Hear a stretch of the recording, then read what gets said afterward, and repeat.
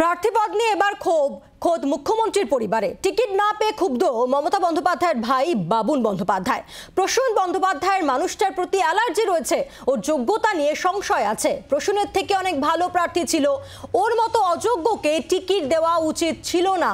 হাওড়াতে যেভাবে প্রার্থী ঠিক করা হয়েছে তা সঠিক হয়নি, দলের একাংশকে কার্যত নিশানা বাবুন বন্দ্যোপাধ্যায়ের।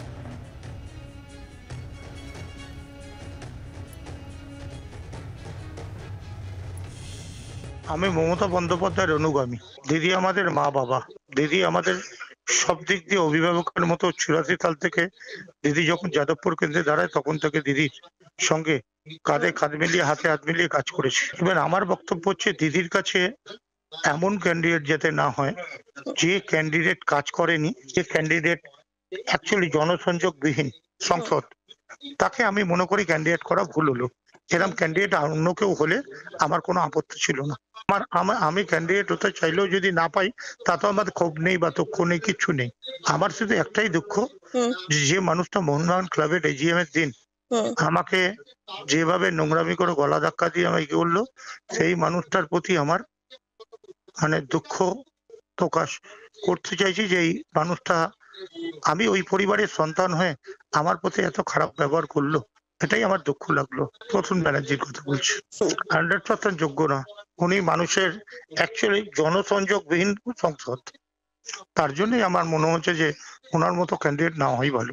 দেখুন, আমি একটা কথা বলি, দল যদি মনে করে যাকে ক্যান্ডিডেট করবে দল সেটা মেনে নেবে। আমি দলের সঙ্গে আমি সব মানিয়ে নিয়েছি, কিন্তু একটা ব্যক্তির প্রতি আমার এই জায়গাটা নেই, সেটা হচ্ছে প্রসূন বন্দ্যোপাধ্যায়। সামনাসামনি দিদিকে হয়তো আমার এই জায়গায় বলা হয়নি, আমার সামনাসামনি দেখা হলে নিশ্চয়ই দিদিকে এই ব্যাপারটা বলবো।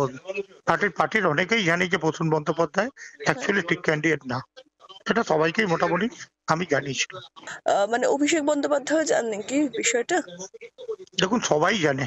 আচ্ছা, মানে আপনি একটা জিনিস বলছেন বাবুনদা, যে 19 সাল থেকে আপনার কথা হচ্ছিল দাঁড়ানো টিকিট নিয়ে ইত্যাদি, 19 চলে গেল, 24 হয়ে গেল, 21 চলে গেল, বিধানসভা 21 চলে গেল, এবার 24 চলে গেল। মানে এইটা কেন হচ্ছে তাহলে? যাই হোক, কারণ তো কিছু না কিছু থেকে যায়। হয়তো আমি সেই যোগ্য না, হয়তো সেই জন্য দিচ্ছে না। আপনিও কি নিজেকে অযোগ্য মনে করেন? আমি নিজেকে যোগ্য মনে করি, কিন্তু হয়তো পার্টি হয়তো ভাবছে না। মানে কিন্তু আপনার না পাওয়ার কারণটা কি, বারে বারে কি মনে হচ্ছে, কোন জায়গায়? কোনো না কোনো জায়গা থেকে হয়তো আমার বাধা আছে, বুঝতে পারছি না যে কোন জায়গা থেকে বাধা আছে, সেটাও বুঝে পাচ্ছি না। এবার একটু খতিয়ে দেখতে হবে। মানে সেটা কি কেউ ইচ্ছে করে উদ্দেশ্য করে করছে? হতে পারে, কিছু না কিছু তো হতেই পারে। বাংলার আওয়াজ, বাঙালির আবেগ, জি 24 ঘন্টা।